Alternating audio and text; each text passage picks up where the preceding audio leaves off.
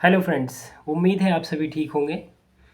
आज इस वीडियो में हम बातचीत करेंगे यूपी पीसीएस प्रीलिम्स रिजल्ट 2024 कब तक रिलीज किए जाने की संभावनाएं हैं। संभावनाओं के साथ कुछ उम्मीद भी है या नहीं है। क्या जिस तरीके से यूट्यूब पर भोकाल टाइप में वीडियोस डे बाय डे हर एक यूट्यूबर हर एक फेमस टीचर उठ कर के आ जाते हैं और उनका 2 दिन बाद रिजल्ट आता है, अगले 2 दिन बाद रिजल्ट आता है, डे बाय डे कंटिन्यू जो इनकी डेट है ये आगे बढ़ती जा रही हैं। तो ये सब चलता रहेगा यूट्यूब पर। क्या ये यूट्यूबर्स व्यूज़ कमाते रहेंगे और कहीं ना कहीं हमारे साथ में खेला जाता रहेगा इसी तरीके से, क्योंकि स्टूडेंट के साथ में मेंटली प्रेशर है, चाहे आप हों या मैं हूँ। मैं खुद अटेम्प्ट किया हूँ, तो मैं एक एस्पायरेंट भी हूँ। यूपी पीसीएस में मैंने अटेम्प्ट किया है और मेरा भी कहीं ना कहीं ये सभी का रहता है। रिज़ल्ट आंसर की आ गई है उसके बाद कि हमारा रिज़ल्ट कब तक रिलीज़ किया जाएगा। दोस्तों इस वीडियो में बातचीत करने वाले हैं। देखिए, सबसे पहले मेरे पास 4-5 वैलिड रीज़न है जो मैंने इसमें नोट डाउन किए हुए हैं और ये सब आपको मैं बताऊंगा, ठीक है। सबसे पहले मेरी उम्मीदों के अनुसार देखिए, और आपका जो भी व्यू है प्लीज़ आप कमेंट बॉक्स में उसको ज़रूर लिखेंगे। मेरी ऐसी उम्मीद है आप लोगों से। कब तक आप रिजल्ट का वेट करने की संभावना है, कब तक रिजल्ट आ सकता है, अपना व्यू बताइए। मेरे अनुसार अगर मैं पिछला पहले आपको डाटा दूंगा थोड़ा सा, उम्मीद है आप प्लीज़ वीडियो ज़रूर देखिएगा कंप्लीट, क्योंकि मैं कुछ भी आपसे झूठ बोलने नहीं आया हूँ। और इस वीडियो में कुछ ना कुछ आपको कहीं ना कहीं एक तरीके से सोर्स ज़रूर मिलेगा कि कब तक रिलीज़ हो सकता है, उसका अनुमान आप लोग लगा सकते हैं। ओके फ्रेंड, चलिए देखिए आपको मैं बताता हूँ। प्रीवियस ईयर रिजल्ट जो जारी किए गए हैं आयोग के द्वारा, उनका कुछ डाटा है मेरे पास जो मैंने वेबसाइट से कलेक्ट किया है। जो 2023 का रिजल्ट था ये आपका 42 दिन में आयोग ने जारी कर दिया था। और फ्रेंड्स 42 दिन में जैसे जारी किया गया था तो आपको मेंस के लिए यहाँ पर मिले थे 112, मतलब सॉरी 112 दिन। कितने? 112 डेज। 112 दिन आपकी तैयारी के लिए मिले थे। वहीं 2022 की अगर मैं बात करूं तो इसमें आपको 45 दिन में आयोग ने रिजल्ट जारी किया था प्रीलिम्स का, और आपको मिले थे 62 दिन। इसका मतलब है कि 2 महीना आपको मेंस एग्ज़ाम के लिए यहाँ पे मिले। वहीं आपका 2021 का जो रिजल्ट जारी किया गया था आयोग के द्वारा, ये 40 दिन में रिजल्ट जारी किया गया था।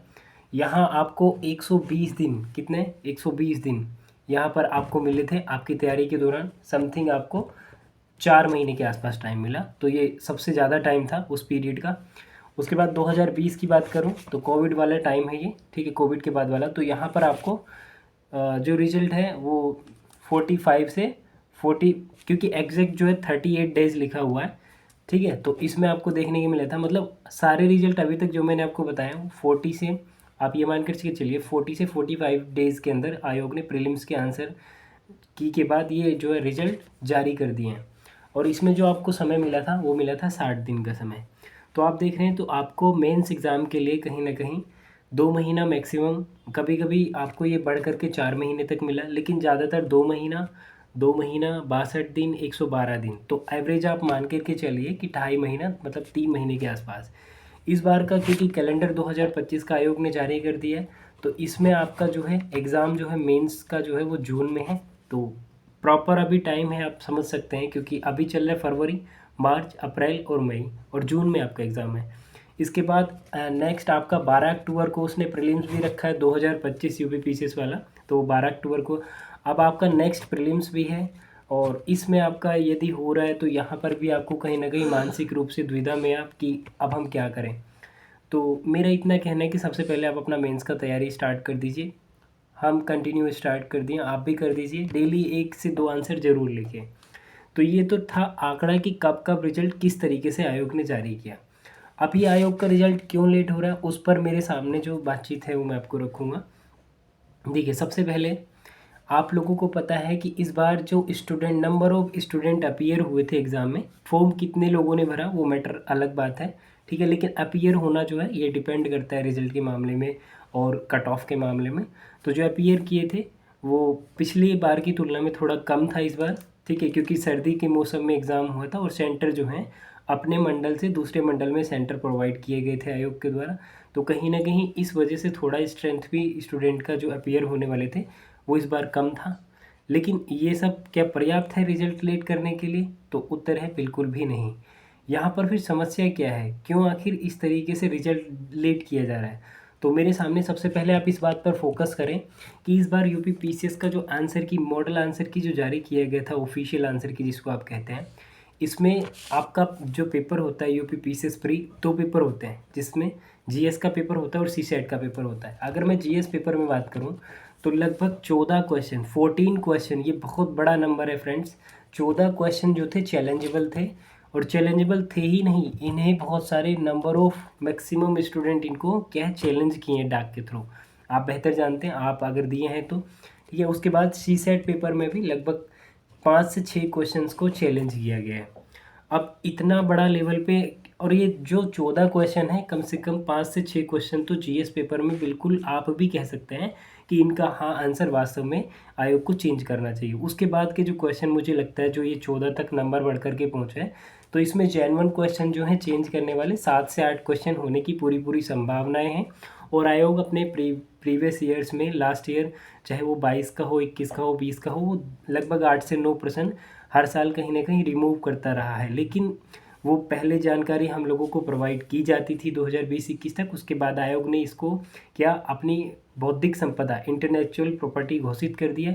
और जब किसी इंटेलेक्चुअल प्रॉपर्टी हो जाती है तो वो आरटीआई में भी नहीं आती है, तो अब इन्फॉर्मेशन भी नहीं देता और ना ही ये बताता है आयोग कि उसने कितना क्वेश्चन डिलीट किया और किस बेस पे किया और कितना लोगों को उसका मार्जिन दिया गया। तो ये सब तो एक बैकग्राउंड हो गया पीछे हिस्ट्री में, और ये शैडो में आ गया है, छुपा दिया गया है, ठीक है।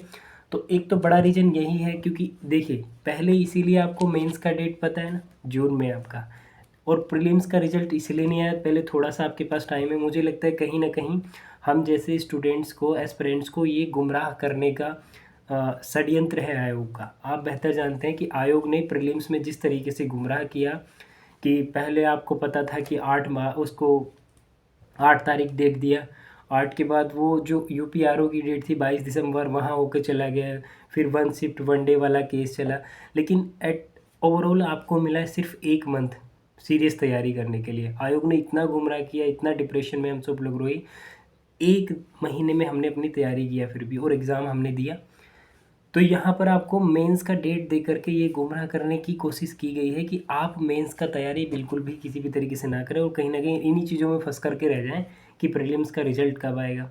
देखिए मेरे अकॉर्डिंग अगर आपका 82+ क्वेश्चन बन रहा है तो आपको मेंस का स्टार्ट कर देना चाहिए, और जिन लोगों का नहीं भी बन रहा है उनको भी स्टार्ट करना चाहिए, क्योंकि एटलीस्ट जो 12 अक्टूबर को आपका नेक्स्ट 2025 का प्रीलिम्स है उसका ज़्यादा दिन नहीं बचे। अभी से अपनी स्ट्रेटेजी बना दीजिए और अपना प्रिपरेशन स्टार्ट कर दीजिए।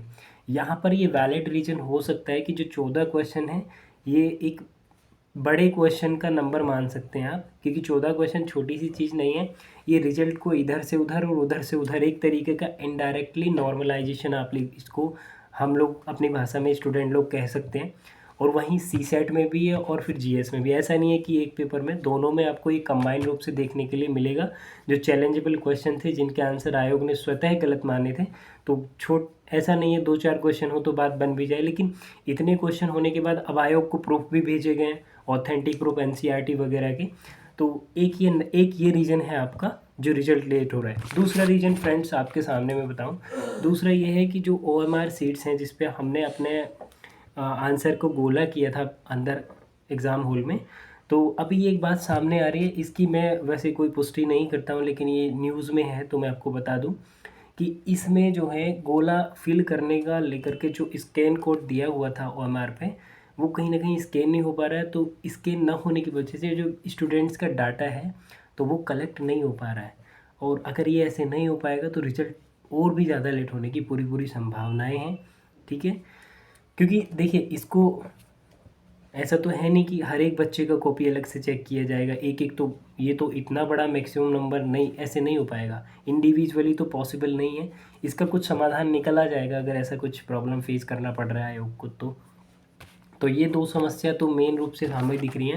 मेरे हिसाब से ये एक प्रमुख समस्या है कि जो 14 क्वेश्चन चैलेंजेबल हैं, ये छोटी मोटी बात नहीं है फ्रेंड्स, ये बहुत बड़ी बात है। और दूसरा ये वाली समस्या, और अब उसके बाद हमारा मेंस का भी डेट आ गया, तो ये गुमराह करने वाली बात है। अब आपको मेंस राइटिंग स्टार्ट कर देनी चाहिए। डेली 1 से 2 आंसर लिखिए, और इसी के बीच में देखिए आरओ की आपको गुमराह करने के लिए एक तो उधर से 1 डे 1 शिफ्ट को लेकर के आरओ एग्ज़ाम को एक कमेटी गठित की गई थी, उसकी क्या रिकमेंडेशंस हैं, क्या रिपोर्ट है, अभी कुछ भी आपके सामने नहीं है। लेकिन 2025 के कैलेंडर में ना कोई डेट निश्चित की है, बल्कि कुछ तिथियों को आरक्षित कर दिया गया है, जिसमें आपका अप्रैल से लेकर के मई जून आपको बहुत सारी तिथियां आरक्षित देखने के लिए मिलेंगी, जिसमें कह दिया गया है कि आरओ परीक्षा हम कभी भी करा सकते हैं। तो ये भी एक तरीके का अन्याय है, कोई क्लैरिफिकेशन हमारे सामने नहीं है, और ऊपर से फिर डिस्टर्ब होना है स्टूडेंट को, बहुत बड़े स्तर पर स्टूडेंट फिर से डिस्टर्ब होंगे। तो अब क्या करें आप, देखिए आप अपना अप्रैल में उम्मीद बना करके चलें आरओ एग्ज़ाम का, उसका भी प्री होने की पूरी पूरी संभावनाएं हैं। तो अपना आपको करना क्या है, क्योंकि पैटर्न लगातार आयोग चेंज कर रहा है, चाहे आप 24 दिसंबर वाले एग्ज़ाम पेपर को उठा करके देख लो पैटर्न, ये 11 तारीख को 11 फ़रवरी को हुआ था लास्ट ईयर, उसको पूरा 1 साल हो गया आरओ एग्ज़ाम को जो कैंसिल कर दिया गया था, उसका पैटर्न देख लो। तो ये कॉन्सेप्ट और प्लस इसके साथ में फैक्ट दोनों को मिक्स करके तब क्वेश्चन क्रिएट किया एक नए पैटर्न पे। तो अगर हमें ऐसे क्वेश्चन को सॉल्व करना है तो हमें कॉन्सेप्चुअल पढ़ने के साथ साथ में हमें फैक्ट को ऐड करना आना चाहिए, और खाली फैक्ट पढ़ के बिल्कुल भी काम नहीं चलने वाला है दोस्तों। तो ये कुछ चीज़ें थी जो आपको करनी चाहिए, अपने पैटर्न को पढ़ने के तरीके को चेंज करना चाहिए। दूसरा एक आप क्या कर सकते हैं, मेरे हिसाब से अगर आपको लीड बनानी है आरओ में, अगर आप सिलेक्शन लेना ही चाहते हैं, तो जो मैं करता हूँ वो आपको बता रहा हूँ। आप लोगों को करना ये है, जो हिंदी है आपका, क्योंकि जिसने हिंदी में लीड बना लिया एटलीस्ट 55+60 में से जिसने बना लिया उसका सिलेक्शन पक्का है। चाहे आप जो जीएस पेपर है उसमें 70 से 75 बना ले तो आसानी से आपका काम बनने वाला है। अब आपको क्या क्या करना है, ये 55+ कैसे आएंगे आउट ऑफ 60, ये ऐसे आएंगे जब अभी से 6 टॉपिक है मात्र, विलोम शब्द, पर्यायवाची शब्द, तत्सम तद्भव शब्द, वाक्यांश के लिए एक शब्द। तो आप देख रहे हैं 6 टॉपिक हैं, तो 6 को क्या करें, सबसे जो कठिन टॉपिक मेरे हिसाब से जो सभी स्टूडेंट को लगता होगा वह है पर्यायवाची शब्द। तो क्या करें, सुबह डेली उठ करके 5 से 6 पर्यायवाची डेली से पढ़ना स्टार्ट करिए, क्योंकि यहीं गलत होने की ज़्यादा संभावनाएं होती हैं। बाकी विशेषण, विशेष्य, तद्भव, तत्सम हो, विलोम शब्द हो, ठीक है, वाक्यांश के लिए एक शब्द हो, इन सब को हम आसानी से कर लेते हैं। तो हमें किस पे पकड़ बनानी है, पर्यायवाची शब्द पे। तो अभी से इसको करना शुरू करिए, ठीक है, और लगातार मेंस आंसर राइटिंग करते रहिए। फ्रेंड्स, ये वीडियो आपको गुमराह करने के लिए नहीं है, लेकिन जो सच्चाई है मुझे ऐसा लगता है कि अगर रिजल्ट आपका 20 से 25 फ़रवरी के आसपास तक देखने के लिए एक छोटी सी संभावना है, अगर नहीं आता तो आपको अब अपना मेंस स्टार्ट कर देना चाहिए। कब तक आप ही बताइए, कब तक आप रिजल्ट का वेट करते रहेंगे। तो उम्मीद ना के बराबर है, हालांकि अब आयोग का कुछ भी पता नहीं, ये अनप्रेडिक्टेबल है, कुछ भी हो सकता है। बस मेरा इस वीडियो में इतना ही बताना था, आपका आरओ कल एग्ज़ाम होने की संभावनाएं हैं, क्योंकि कमेटी तुरंत से रिपोर्ट देगी और तुरंत से एग्ज़ाम डेट सामने आ जाएगी, और होना क्या, फिर वही यूपी पीसीएस वाला आपके साथ में खेल ना हो। इससे बचने के लिए आप अपना तैयारी स्टार्ट करिए। एटलीस्ट मेरे प्यारे दोस्तों, हिंदी को ज़रूर पढ़ते रहिए, उसको आपको ब्रेक नहीं करना है। और अगर हमारी इन्फॉर्मेशन आपको अच्छी लगी हो, ठीक है, तो आप चैनल को सब्सक्राइब कर सकते हैं और वीडियो को लाइक कर सकते हैं, और हमेशा के लिए जुड़ सकते हैं, क्योंकि इसी चैनल पर हम लोग डिस्कस करेंगे अब हम कैसे मेंस का आंसर राइटिंग कर रहे हैं और किस बुक की आप मदद ले सकते हैं। मैं उस बुक को भी अगर आपको थोड़ा सा दिखाना चाहूँ तो आप देखें, ये घटना चक्र की बुक है। मैं इसके माध्यम से इसकी मार्केट में 6 से 7 सेट अवेलेबल है। PYQ सारा इसमें मेंशन किया गया है यूपी पीसीएस मेंस के लिए, तो बहुत हेल्प करेगी आपकी तैयारी के दौरान। कहीं भी आप किसी भी बुक स्टोर पे जहाँ पे आपको मिल जाए परचेज़ कर लीजिए। मॉडल आंसर का जो इसमें दिया गया है ना, उसमें उत्तर लेखन की शैली, उसका प्रस्तुतिकरण, और ये मानिए कि विषय वस्तु के स्तर पर उसका मूल्यांकन बहुत अच्छे से किया गया है। डायग्रामेटिक वे में किया गया है चीज़ों को। अगर थोड़ा सा आप देखना चाहें, एक बार प्रचार नहीं है लेकिन आप देखना चाहें, ये देखिए, पेंजिया पेंथालासा को डायग्राम के माध्यम से समझाया गया। ये देखिए, यही चीज़ें एग्जामिनर को बहुत अच्छी लगती हैं, ठीक है। तो इसमें इस बुक के माध्यम से सारी चीज़ों को आप देख सकते हैं, बहुत अच्छे तरीके से समझाया गया, और सीधा मेंस के आंसर जो है PYQ उनको एक स्टैंडर्ड वे में लिख करके दिखाया गया। तो आप इसको फॉलो कर सकते हैं, मैं इसी को फॉलो करता हूँ घटना चक्र की मेंस के लिए। ये छः बुकलेट हैं, ठीक है, तो आप मार्केट से परचेज़ कर लें, और उम्मीद है वीडियो पसंद आएगा। चलिए फिर मिलते हैं नेक्स्ट वीडियो में, तब तक के लिए टेक केयर।